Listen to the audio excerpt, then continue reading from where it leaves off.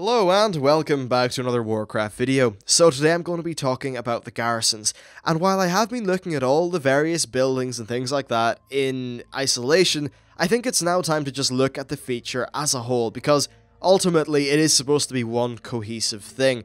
And first of all in this video I'll just go through what I think of the individual systems, and then I'll just try to round it up into one conclusion. So first of all, let's talk about the look and feel of the Garrison. I think that both are great actually. All levels of the Garrisons, both Alliance and Horde, look very appealing to me, and I think there's this really nice homey feel to them. They're definitely the right size. However, that's not to say that there are not some problems. So, one issue that I can totally see is that Shadowmoon Valley is going to get a little bit long in the tooth. It's more of a Twilight sort of zone, and that level of lighting is probably not going to appeal to quite a few people. I know that personally, I would really like a brighter place for my Garrison now that I've beta tested it. Originally, I was pretty happy with Shadowmoon Valley, but now it kind of gets to me having those big dark trees and the more just sort of darker aesthetic, though I still do think that it looks very cool. It's just that like everything, it does get a bit long in the tooth, and perhaps something like, say, the Nagrand aesthetic would be a little bit more, well, just sustainable over the long term for me. Now, one thing about Frostfire Ridge is that it does benefit from at least being in a bright area. That means that, you know, even if you don't like snow, it's still going to be very playable, so it does dodge a bit of a Shadowmoon problem. I like the Shadowmoon Valley aesthetic, my problem is just having the Garrison in somewhere with that lighting. If you're in Frostfire Ridge, even if you don't like the aesthetic, at least you're going to have a very playable Garrison. Now, the option to move them would be great, in my opinion, and I think that would appeal to a lot of people. They have said it's a possibility in future patches, so we'll just have to hope. After playing through the Warlords of Draenor questing experience, I can say that, you know what, maybe if they want to keep your Garrison in Shadowmoon Valley or Frostfire Ridge till you hit level 100, fine, but after level 100, there is no reason not to have it be movable. So there really is no lore argument there, and yeah, it would work out fine. Alright, so now that that's covered, let's talk about the followers. This is really the first mechanic we're going to talk about in this video. So the followers are basically just people that you can collect. They sometimes roam around your Garrison, but they don't really do much other than sit in a menu and get sent off on missions or placed in buildings. And the followers themselves do have a decent amount of depth. They can have various different abilities, well, more traits actually. There's no active abilities on them, but they do have traits. So you could have, say, a follower that's great at fighting in the forest, maybe one that's good at fighting in the desert. You could have a follower with a trait that makes missions shorter, or a follower that's perhaps good at killing orcs. Now, that's pretty good, and there's a pretty diverse amount of traits and combinations that followers can have. In addition to that, missions will have various requirements for them. And well, not hard requirements, you can still send followers on a mission even if they don't have appropriate traits, just that you won't have a great chance of actually winning that mission. So this overall means that there is a good reason to just maintain a diverse roster of followers so that you're essentially ready for every situation. And there's some interesting decision making in terms of who you send where. Maybe you could have a follower which would be really good for a certain mission that you have, but perhaps you want to put them in one of your buildings instead for some sort of benefit. So overall, the follower system is pretty decent. Now there is some item level progression. Well, they start off at level 90, you can level them up to 100, and then after that their item level will be level 600, and you will be able to increase that by using upgrade items that are rewards from the salvage yard or from the missions themselves. So overall, this really just gives a bit of progression, a bit more sort of tail to the whole system, and yeah, it's something you'll just have to grind out over time. This feature really is not anything particularly special. I mean, it's well implemented, it's got that Blizzard polish put on it, but it's just not the sort of thing that I think was ever going to be particularly mind-blowing or, you know, innovative or anything like that. It's very easy to understand, and it's the sort of system where if it was any other game, it would probably just be written off as a Facebook-like thing, honestly, or maybe like one of those iOS games. Essentially, it's just a beefed-up version of the system that Assassin's Creed 2 Brotherhood had. So that's what's going on with followers. Now that we've talked about followers, though, let's talk about the missions. So these missions are, like the followers, pretty good, but nothing groundbreaking. Essentially, you look at your mission board, and there's some missions that pop up. They've got follower slots, so you can put your followers in them, a chance of success, and then a reward at the end. That's it. You know, there's nothing groundbreaking there, nothing that's really going to blow your mind or anything like that. And in general, if you have the right follower setup, then you're going to have a very high chance of winning. This is pretty good, as it rewards the players who actually think about their followers and think about the roster that they're trying to maintain. So that's fine, but, you know, they're just, it's not a particularly interesting thing. You know, I don't think there's any way they can make a system extremely exciting when the actual gameplay involves clicking on a table, then waiting from maybe 30 minutes to a few days. There's just not really much of a way to make that particularly compelling other than just providing a rewards. And then I suppose you have to think, well, are they just providing a nice carrot to get people to play gameplay that's perhaps not particularly engaging? And a part of me would sort of agree. I guess that this whole system really is just another loot treadmill that's designed to add a little bit more tail and longevity to the game and really to give people something to do. While this thing is not massively interesting, I think that the follower progression itself, though, can be decently compelling, and this feature on the whole probably does add more to the game than it takes away, so it's fine. Just don't expect it to be anything other than abstigation. It's not high-octane fun. It's not even that fun, it's just clicking buttons to get rewards in a way. And, I mean, whatever. It's an MMO, so I suppose stuff like that can fly, right? Yeah. Right, let's move on to buildings. Buildings are actually quite a lot better than this whole follower and mission system. So they've done a good job with the medium and the large buildings. These buildings will give you perks and things that are irrelevant to your day-to-day activities in the game, and most of them will actually affect your gameplay in a decently noticeable manner. This is really good. For example, if you have the barracks, then one of your followers can actually follow you around in the outdoor world and help you fight things. If you've got the Gnomish Gearworks or the Goblin Workshop, you can get fun little inventions to use as you kill mobs. And in general, there's just lots of stuff like that, which allows you to customize your gameplay. For an example, they say even the stables will give you, at level 3, a 20% speed increase and then access to some new mounts. So overall, there's lots of cool stuff there, and there's a good bit of customization going on. I love a system that lets you augment your current gameplay, something that rather than just being a kind of random bolt-on to the game like the mission system, no, this is actually ingrained with your day-to-day gameplay of your personal character. That really is great. And also, it's worth mentioning, just while we are on the topic of garrison buildings, that the outposts that are provided in the world are also really cool and will, again, allow you to augment your gameplay. It's just great, and I love it when games do that, and Blizzard have definitely implemented it quite well. Now, the actual cost of leveling up these buildings is not too high. You actually get a few free blueprints as you level up, and then once you actually hit level 100 and you start doing achievements and things like that, you'll be able to, after a while, unlock some of the level 3 perks. Well, the level 3 buildings, which will, of course, give you the level 3 perks, which are, in general, quite powerful and pretty rewarding to get. So, really, it's quite good.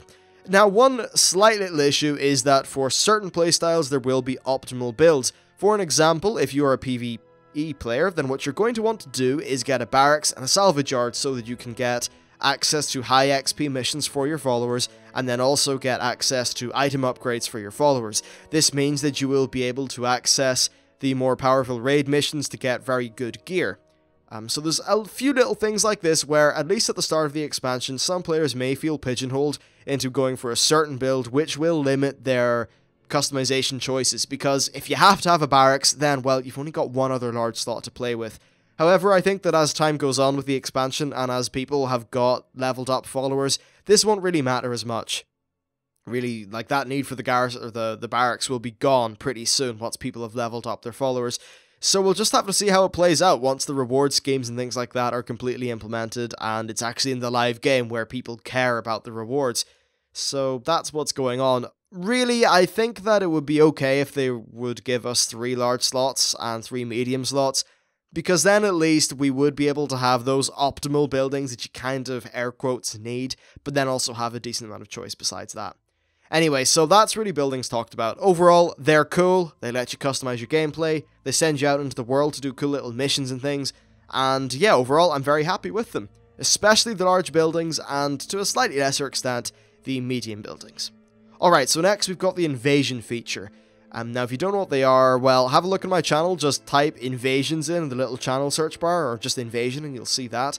But essentially, a bunch of people, like orcs or something like that, will attack your garrison. And honestly, I think this is an extremely, it's just very mediocre, and it's painfully mediocre because it just misses out on a few key things. So, right now there are enough side objectives and little things like that during the invasions to prevent it from just feeling like 10 minutes of you constantly killing, respawning mobs, but it's not a very compelling system, and it does not feel like a siege. enemies will basically just start to spawn randomly inside your garrison and attack random things, so it doesn't feel like a siege, it just feels like, oh, there's enemies spawning in my garrison, I'll go and kill them. In my opinion, you know, you should be able to put down traps and barricades, you should be able to set up blockades of your guards and tell them where to go, you should be defending the gates and trying to charge into breaches in your wall, things like that would really feel like Warcraft. As in the Warcraft RTS, but still be in an MMO format. I'll talk more about that when I sort of enter my conclusions, though. So that's really the invasions covered. Basically, they're a bit lackluster, kind of dull, so that's unfortunate. And really, I'll just cover one or two little other things. So there is some limited customization. Archaeology trophies will appear inside your town hall, you can unlock some monuments via achievements, and you can swap your guards to that of any racial faction that you're exalted with, and DKs will be able to use the ebb and hold as well. I think this is pretty good, but honestly there could be more, and we will just have to wait and see. So that's basically it in terms of all the main features covered. Now it's just time to bring it into an overall conclusion. So on the whole, I think that this is pretty good. It's not great, it's not amazing, it's like a respectable, you know, 6.5, 7 out of 10, it's just good, it's a solid attempt, but it won't blow anyone away. And I'm sure that most players will actually find the buildings and things like that pretty good, you know, they'll find that there's satisfying rewards and ways to augment their gameplay, and that's great. Missions, though, are not crazy, but then again, they're pretty good and they're well implemented. But once again, like the buildings, they're not really going to blow people away. You know, Blizzard polish is an interesting thing. Blizzard can take a game that's like an 8 out of 10 and polish it into a 10 out of 10, because often in a game that's, you know, very fun, all it just needs is that little finishing touch that Blizzard can provide oh so well. But when we look at Garrisons, it's just kind of like a mediocre thing that's been polished up really well. So while it does benefit from that Blizzard polish, the Blizzard polish isn't going to save it. It's not going to turn it from some, like, sort of second-rate card game system into Hearthstone. Hearthstone is a game that really does benefit a lot from the Blizzard polish. So does Warcraft, so does the actual gameplay of Diablo, even though people may have had problems with a lot of other things. The gameplay itself benefits from the Blizzard polish, the aesthetics, all that stuff's so good. But with Garrisons, there's just no saving the fact that the core systems are not particularly compelling, bar some of the buildings. And that is just a little bit unfortunate. I think that this is a feature that's been so heavily hyped up that a lot of people are going to be disappointed. Another reason why people might be disappointed is that Blizzard have constantly been talking about this being an RTS-inspired thing, you know, just like Warcraft 3, relive your nostalgia, all that. No, it almost seems like the developers have been listening to their own PR too much. The systems provided by the Garrison are very clear. It's the Assassin's Creed Brotherhood thing, it's a bit of customization via buildings, and then invasions and things like that.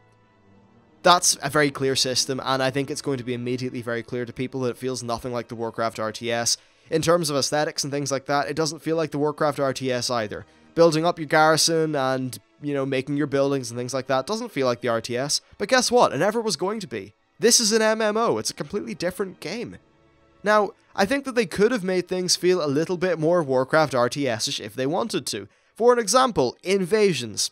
Well, instead of invasions just being followers randomly, well not randomly, running around the place with their rudimentary AI attacking things and enemies randomly spawning inside your base, how about the invasions were actually you placing barricades, placing maybe a cannon or a turret, telling a blockade or a battalion of guards to go hold a certain area, but then you also going and running around with your character. Something like a souped up version of the pretty cool siege system that Lord of the Rings Online has got. Why not something like that? That would actually have the MMO gameplay that matches that kind of Warcraft aesthetic, but that has not happened. You know, maybe if there was some sort of Garrison PvP, if they could ever make that system work, that was obviously optional, then they could make some sort of RTS feel. But right now, it doesn't feel like the Warcraft RTS, it doesn't evoke any of that emotion or nostalgia or anything like that. Frankly, I think it was maybe a bit of an unrealistic expectation to expect that, and it's something that I never really expected. I said expected a lot in that. But yeah, it's something that just bear in mind before you go in, it's not going to feel like Warcraft 3, don't expect it to, else you'll be disappointed. And that's my word on that. So really, on the whole, that's about it. One other thing is really not related to the Garrison itself, sort of, but Warlords of Draenor has got less factions, and the factions that do exist don't have that much content. In addition to that, the replacement for daily quests is basically just a slowly filling progress bar even that will fill up in a certain area of Draenor when you kill stuff and click and things. Basically, it's just a daily renown heart from Guild Wars 2. Now, all this stuff's decently compelling, but I cannot help but feel that something has been lost by centralizing everything into the Garrison. It feels like instead of having this kind of ultra varied, like, endgame, it's just been homogenized into Garrison content.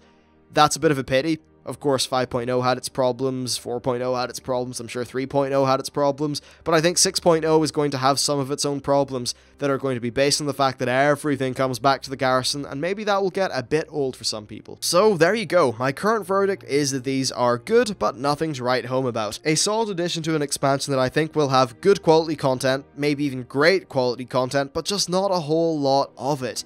Hopefully the Garrison does improve with time over patches, but frankly, I think that the really interesting thing is going to be the feature that follows Garrisons, i.e. the thing that we will get in the next expansion. Because while this was I suppose really a revolutionary mechanic for World of Warcraft, on the grand scheme of things, it's just a bunch of very derivative things put into one package that is done in a solid but not particularly mind-blowing manner. So maybe the next version of this will be when Blizzard truly revolutionizes how this stuff is done in gaming. But for now, we are just going to have to settle with the Garrisons. That's it for me. I hope you enjoyed this video, or at least found it interesting. Thanks for watching, and I'll see you next time.